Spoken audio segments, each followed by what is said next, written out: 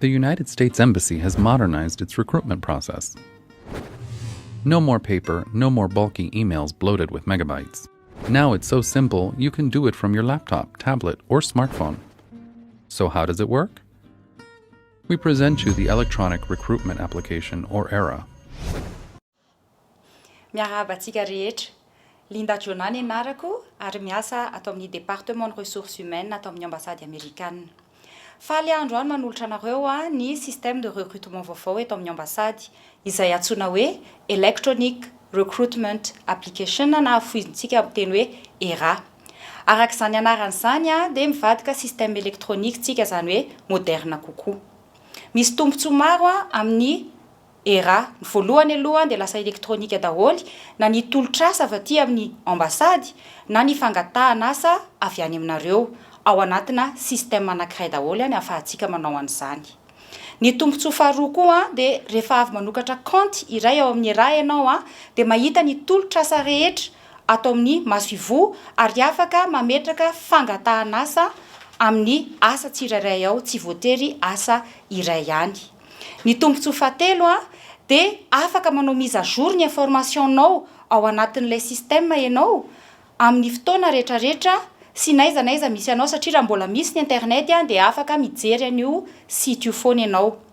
Ny avantage fahaefatra zany dia afaka manova ny information-nao ianao mandritry ny fotoana hatramin'ny hikatona ny tolotrasa iray.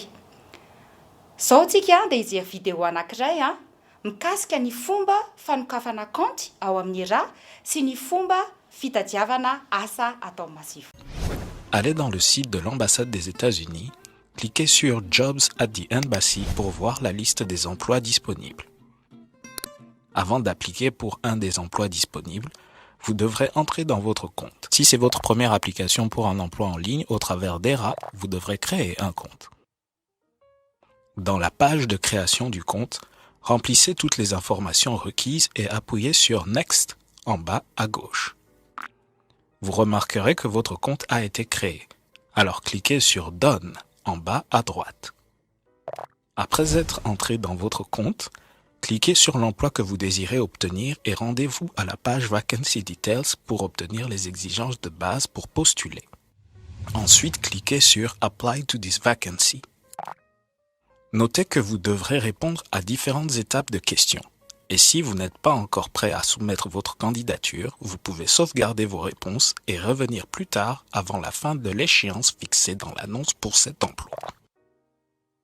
En cas d'erreur, ou si une de vos réponses est incomplète, le système vous alertera pour que vous corrigiez ou complétiez votre réponse. Notez que toute ligne avec un astérisque requiert une réponse obligatoire, sinon le système ne vous laissera pas continuer à la page suivante. Pour attacher des documents, ces derniers doivent être au format PDF. L'étape Application Review and Submit vous donne l'opportunité de modifier les informations données avant la soumission de votre dossier. Vous devez certifier votre déclaration en cliquant sur la case. Nous avons hâte de recevoir vos demandes d'emploi. Hitantsika araka iny vidéo iny fa tsotra dia tsotra ny manokatra compte ao amin'ny ERA ary tsotra ihany koa ny mametraka fitadiavana asa. Raha ohatra nareo liana ny amin'ny jery hoe inona ny tolotrasa misy amin'izao fotoana izao na koa hoe te hanokatra compte ao amin'ny ERA dia midira ao amin'ilay Seeker site io akaiky io dia jereo inona ny tolotrasa mety amin'ny traikefa izay anananareo. Manome fotoana anareo zahay amin'ny tapatapaky ny volana novambra hitafatafa ao anatin'ny Facebook Live ary indrindrandrindra raha manana fanontaniana ianareo dia aza misalasala mametraka izany. Farany raha ohatra ka manana fanontaniana maika ianareo fa tsy mandry an'ilay fotoana iaonantsika dia atsoiny 033 44 320 00. Sotra tompoko.